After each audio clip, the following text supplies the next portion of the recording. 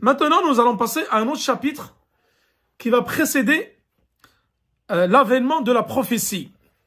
Donc, l'annonce de la mission prophétique, Ba'that al-Nabi, les devins arabes, les rabbins juifs et les moines chrétiens étaient au courant.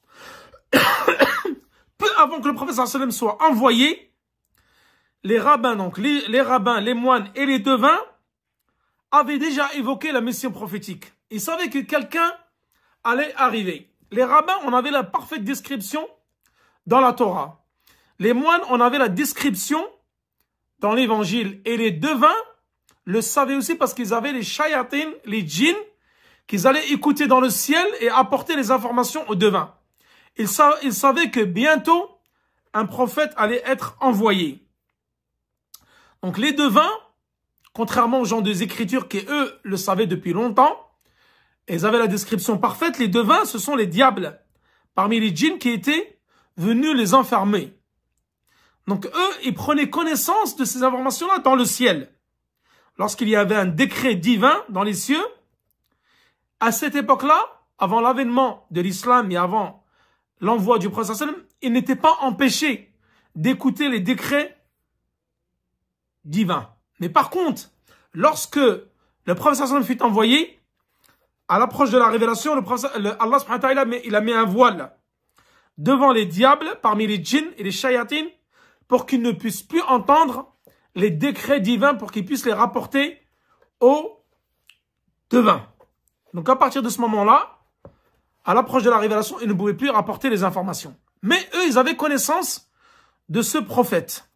Et Allah subhanahu wa ta'ala, il leur lançait des astres pour les chasser du ciel pour qu'ils ne puissent pas écouter la révélation. Les Juifs, d'ailleurs, à cette époque-là, mettaient en garde contre l'avènement du messager d'Allah. Ibn Ishaq, donc dans sa biographie du prophète sallallahu rapporte. Il dit, Asim ibn Omar ibn Qatada. Il rapporte de certains hommes de sa tribu, il dit, parmi des faits qui nous ont conduits à adhérer à l'islam. Il a dit, nous entendîmes souvent les Juifs dire que nous étions à une époque de polythéistes. Alors que les Juifs, nous étions des polythéistes, en parlant des Qurayshites, et les Juifs, eux, ils avaient un livre. C'était des gens du livre. Et ils disaient que le temps est proche où un prophète va vous être envoyé. Et nous vous tuerons avec lui. Comme les peuples de Ad et de Iram. Donc, ont été tués. Iramadat al-Ibad. Donc là, ils entendirent souvent cela. Et lorsque le messager d'Allah sallallahu alayhi wa sallam fut envoyé, ils ont répondu favorablement à leur appel parce qu'ils savaient que c'était le messager d'Allah dont les Juifs avaient parlé et ils attendaient sa venue. Donc là, ils ont adhéré directement au message. Donc comme je vous l'ai dit, le prophète sallallahu alayhi wa sallam était déjà décrit dans l'évangile et dans la Torah. Isa alayhi salam avait déjà dans l'évangile annoncé la venue du prophète sallallahu alayhi wa sallam.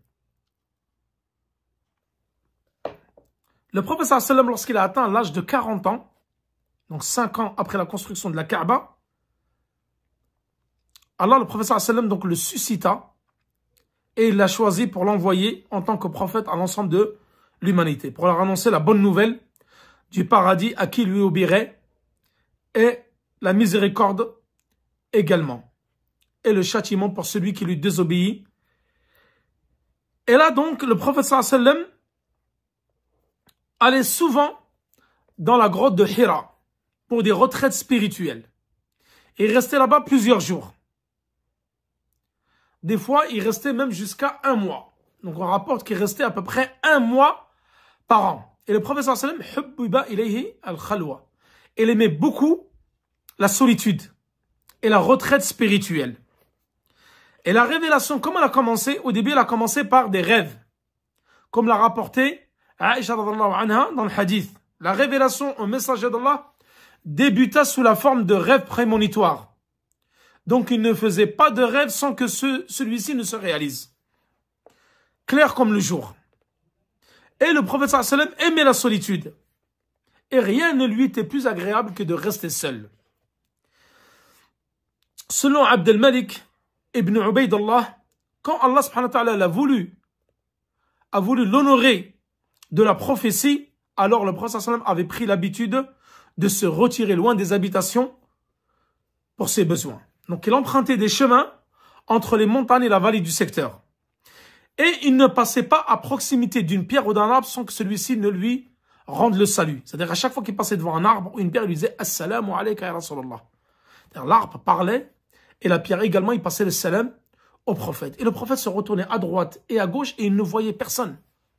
Si ce n'est ces pierres-là et ces arbres-là. Donc Allah subhanahu wa ta'ala lui a doté de cette faculté de pouvoir entendre les pierres et les arbres. Puis au mois de Ramadan, là le prophète sallallahu alayhi wa sallam, alors qu'il était dans la grotte de Hira, il a reçu la mission prophétique par la descente de l'ange Jibril alayhi salam.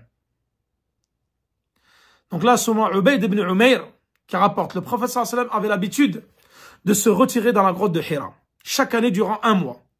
Ce genre de retraite spirituelle consistait à adorer exclusivement le Seigneur sans rien lui associer. D'ailleurs, pendant sa jeunesse, Allah subhanahu wa ta'ala, il l'a préservé.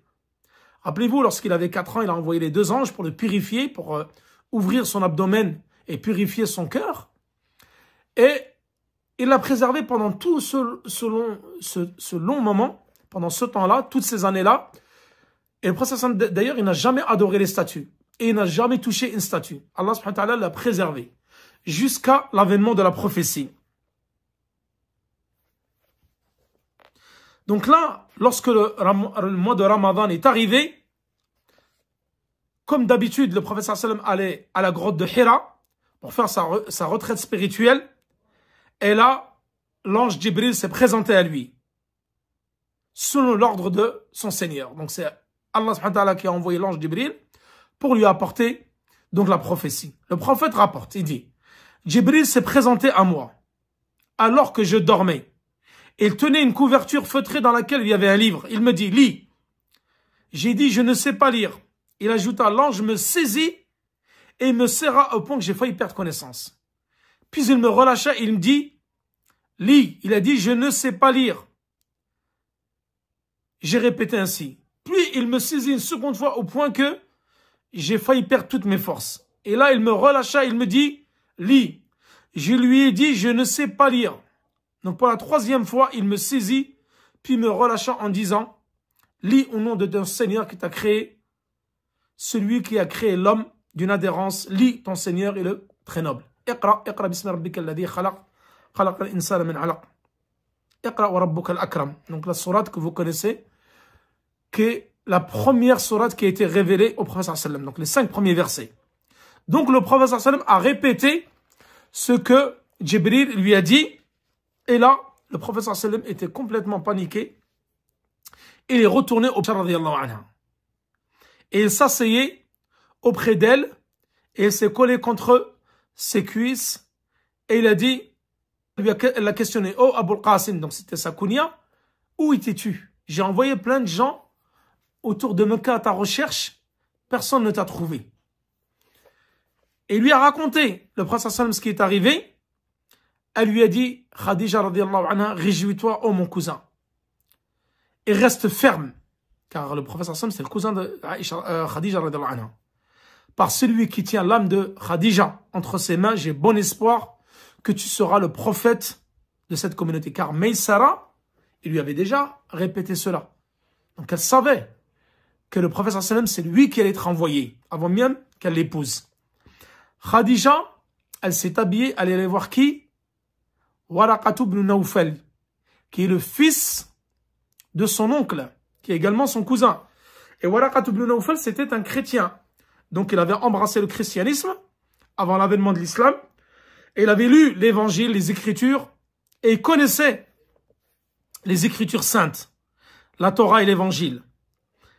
Donc elle lui a expliqué ce qui est arrivé au prophète sallallahu alayhi wa sallam. Il a dit, c'est le Saint-Esprit, c'est le Saint-Esprit. Si ce que tu me dis là, Khadija, est vrai, alors il s'agit de Jibril alayhi salam qui lui a apporté la prophétie. Et c'est le même ange Jibril alayhi salam qui est descendu également sur Moussa. Et donc Mohammed, c'est le prophète de cette communauté. Surtout dis-lui qu'il reste bon et ferme sur cette voie-là. Donc de retour à la maison, Khadija radiallahu anha, elle a informé le prophète sallallahu alayhi wa sallam de ce que lui a dit Waraqa. Donc plus tard, en descendant de sa retraite, parce qu'il avait l'habitude d'aller faire la retraite, et donc il a fait les circonambulations autour de la Kaaba. Donc dès qu'il revenait de sa retraite spirituelle, il allait faire tawaf autour de la Kaaba, en plus il est rentré chez lui. Elle lui a dit, oh mon cousin, raconte-moi ce que tu as vu et entendu. Là donc il lui a raconté, et Waraqa de reprendre, donc ça c'est Waraqa qui parlait avec le prophète sallallahu alayhi wa sallam, et là il lui a dit, l'ange Jibril il est venu à moi, et il m'a dit de réciter, etc. Il lui a raconté. Et là Waraqa ibn Nawfal il a dit, c'est une chose est sûre, c'est Jibril qui était venu également à Moussa, il est venu à toi. Les gens de ton peuple te trahiront et te traiteront d'imposteur et de menteur. Et ils vont te causer du tort et te chasser de chez toi et te combattront. Et là, Waraqa ibn Nawfal, il a dit au prophète, si je suis encore en vie, à ce moment-là, je te porterai secours. Et se rapprocha de lui et lui embrassa la tête. C'est-à-dire, Waraqa ibn Nawfal, il a embrassé la tête du prophète sallallahu alayhi wa sallam. Ensuite, il est rentré chez lui.